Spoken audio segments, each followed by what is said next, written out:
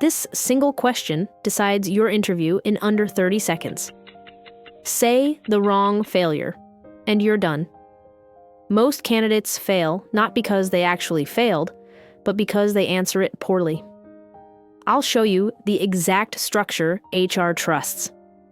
No long stories, no excuses. Just clarity, ownership, and judgment.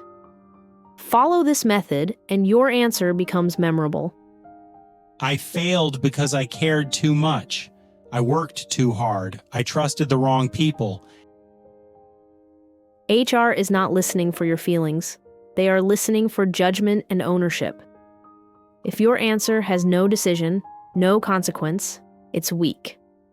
Avoid vague phrases like, I tried hard. They show no control. A real failure has 3 parts: a decision, a mistake, and a consequence. If one part is missing, the answer fails. Example: delaying a project because you miscalculated resources shows decision, mistake, and consequence.